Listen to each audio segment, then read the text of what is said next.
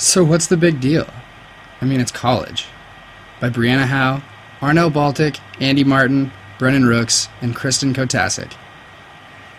Being one of more than 21 million students achieving a higher education nationwide each year, I often find myself asking questions about college. Questions like, why are you here? Do you really need a higher education? Is a degree really worth all of this trouble? Take a look at these statistics. In 1991, the average tuition cost per year was $13,564, and 10 years later it jumped to $17,418.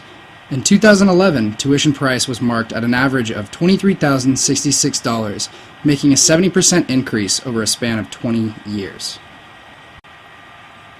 With tuition prices as high as they are, 3/4 of Americans feel as though college is too expensive, yet 86% of college graduates have said that it was a good investment for them.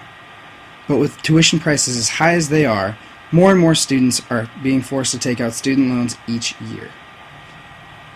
From 2005 to 2012, the average number of student borrowers grew 66%, and the average balance for student loans increased 49%.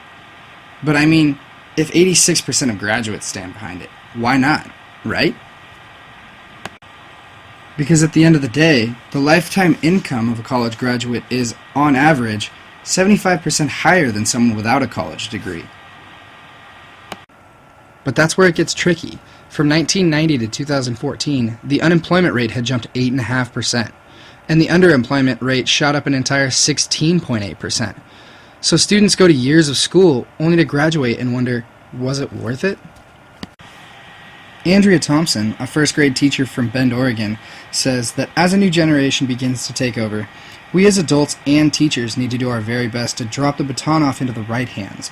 And what better way to do so by knowing that these graduates have been taught by the best.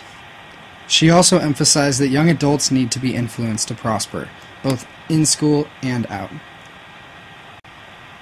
So what influenced you to go to college?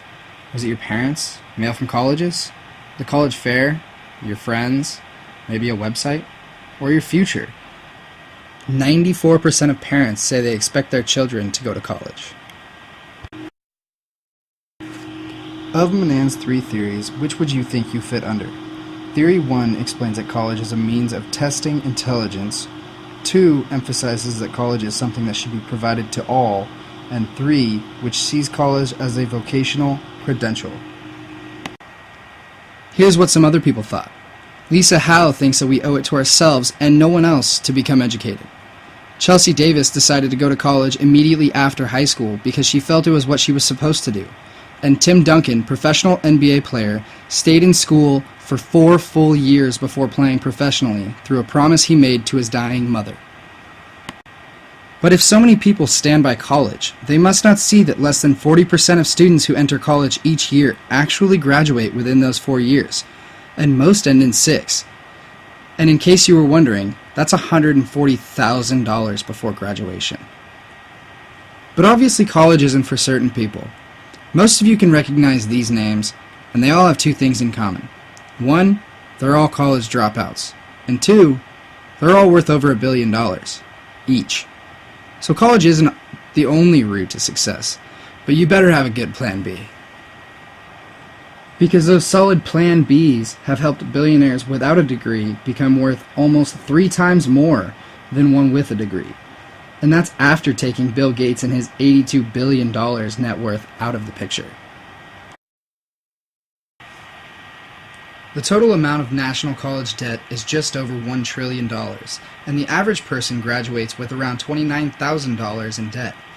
25% say that it kept them from buying a home, and 24% say it made an impact on the career path that they went to school for in the first place. Arnell interviewed Ricky, who said that many don't realize how big of a waste of time and money it is if you go to college unprepared on what you want to do, and that for some, it could be a great time and successful experience, but many go with the notion to party.